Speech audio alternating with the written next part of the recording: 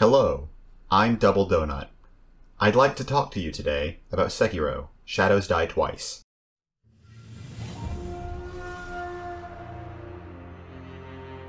Sekiro, Shadows Die Twice is an action game released on March 22, 2019 by From Software. Players control Wolf, a ninja in a fantasy version of feudal Japan, on a quest to rescue his lord. It is known for its strict timing and unforgiving combat, but unlike its predecessors in the Souls series, Sekiro grants the player a great deal of mobility, allowing Wolf to run, jump, and grapple with extreme speeds. The meat of the game is in its combat, which sometimes includes wild animals and monsters, but most often pits the player against human enemies comparable in size and shape to the player character. Despite its reputation for difficulty, Sekiro's controls are relatively simple, and its sword fighting revolves around only three main actions: attacking, deflecting, and moving. This elegance means that Sekiro provides an excellent framework for analyzing other action games, even including fighting games. But before we can get to that, we have to talk about insults.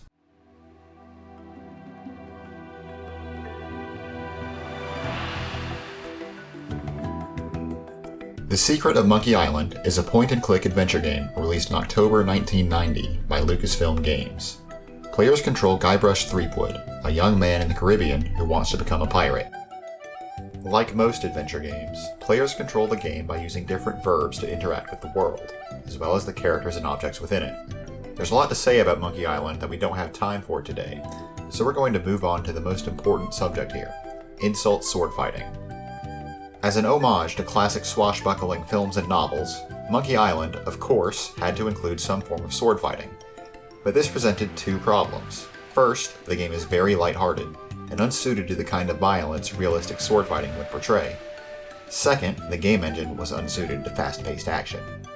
Other adventure games have attempted this kind of action both before and after Monkey Island to varying degrees of success. The answer lied within the game's established dialogue system. Rather than attempt any kind of action-based sword-fighting minigame, Monkey Island instead focuses on witty banter that might be present in a swashbuckling film. In-game, this is boiled down to a call-and-response routine. Your opponent first presents you with an insult. You fight like a dairy farmer. Then, you must respond with a comeback appropriate to the insult. How appropriate? You fight like a cow. Answer correctly, and you gain the upper hand, as well as the opportunity to insult your opponent. Answer incorrectly, and your opponent pushes you back. This back and forth continues until either the player or the opponent, who responds semi-randomly, has failed enough comebacks to lose the duel. The player begins his sword-fighting career with only a few insults and comebacks to his name, and must learn more by fighting, and usually losing, to the pirates who roam the game world. Monkey Island has no penalty for losing a duel. After all, you've only been insulted, not wounded. The player's ultimate goal in this is to master sword fighting in order to become a true pirate, indicated by defeating the Swordmaster, who proves a tougher opponent than the rabble roaming the high streets. But what does any of this have to do with Sekiro?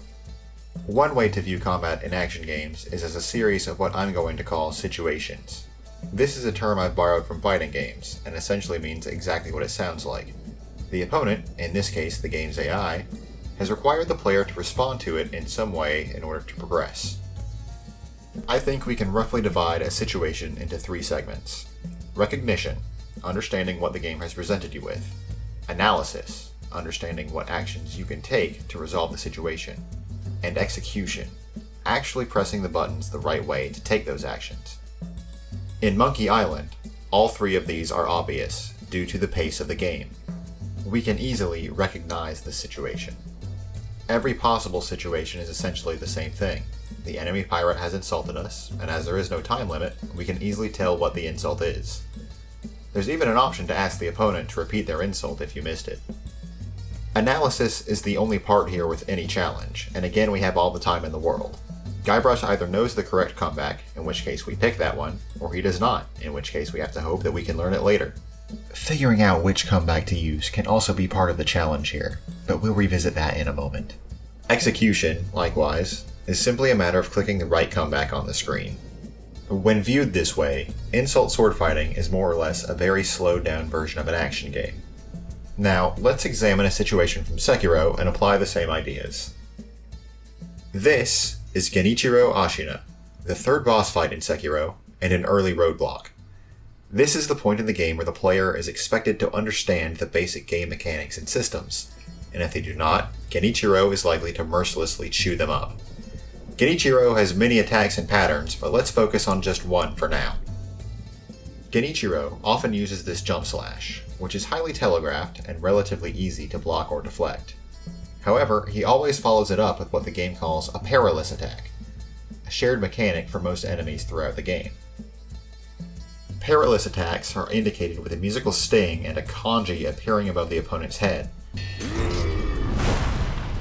and indicate a special attack that must be responded to in a specific way. If you've been paying attention, you can already see the makings of recognition at this point. The opponent uses a very obvious attack with a very consistent follow-up afterward. While obviously harder than Monkey Island, an experienced player can be ready for the perilous attack long before the kanji and sound effect appear. There is a little bit more to recognize for this situation, but we'll get back to that. The harder obstacle in this situation is analysis. Here is a list of every action the player can take in Sekiro. Oh, and one more. There's some slight simplification here to save space and time, but this is close enough. This can be overwhelming for a new player, even after they have spent hours reaching this point in the game. Monkey Island only presents the player with a total of 16 comebacks and gives them as much time as they need to choose.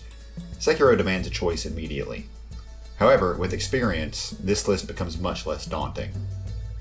As we've established, Genichiro has telegraphed that he is going to use a perilous attack.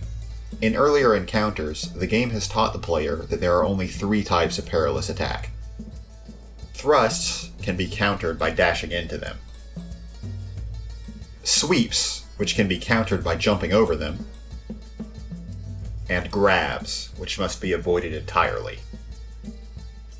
Since we know a perilous attack is coming, we know there are really only 3 actions we need to worry about. Genichiro will never actually use a grab here, but let's assume we don't have quite that much experience yet. We only know that he's going to use a perilous attack. The difficulty here, I think, does not come from choosing the wrong response, but from panicking and pressing the first thing that comes to mind. If you're lucky, this will be something that will counter the attack or disengage entirely. If not, you'll just be punished for it. Execution in this case relies on one last bit of recognition. After the jump slash, Genichiro will randomly do either a thrust or a sweep, which have mutually exclusive responses. Even after recognizing the jump slash, the player must learn Genichiro's animations well enough to recognize the difference before the attack connects.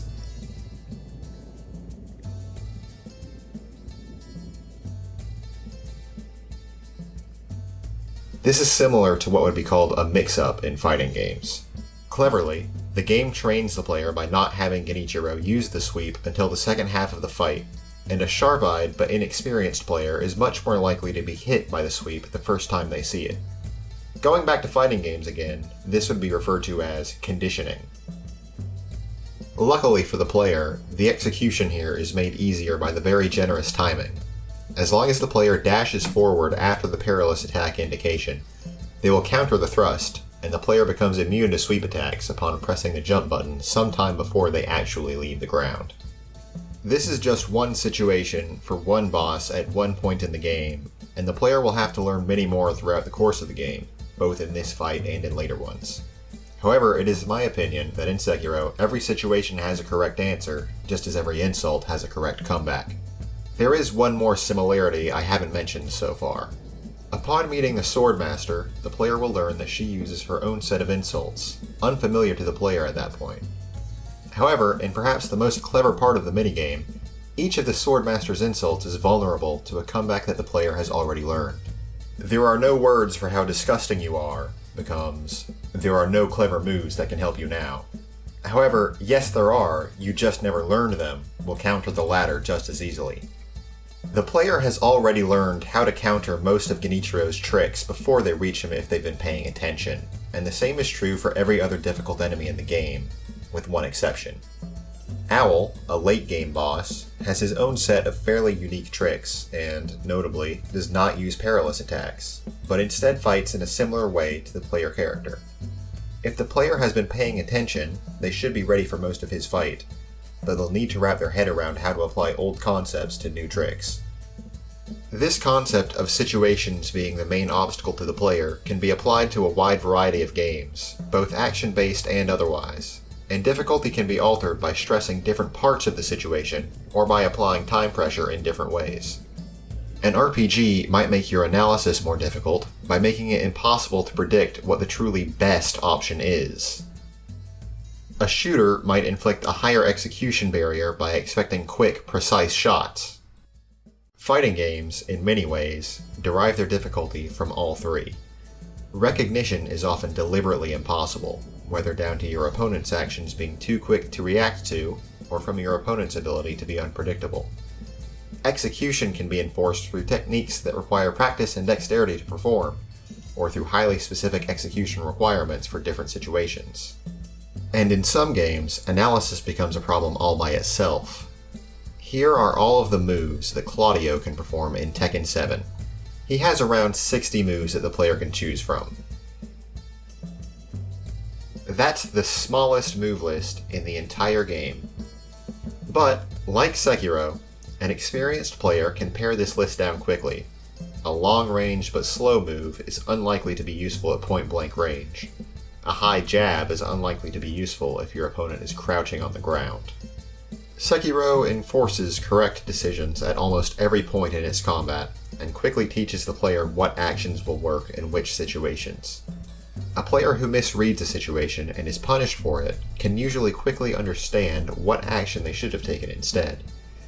It is so dedicated to this call and response style of combat that I believe it represents the most pure form of action-based combat in video games, and in many ways I think that every action game can be related to it in some way. However, this enforcement of one right answer at all times is not the only philosophy by which action games can be built. There is another subgenre, similar yet very distinct from Sekiro, that can provide a different flavor. But that's another story. Thanks for watching! If you enjoyed this video, hit the subscribe button below, or follow me on Twitch for live commentary as I play a variety of games. See you next time!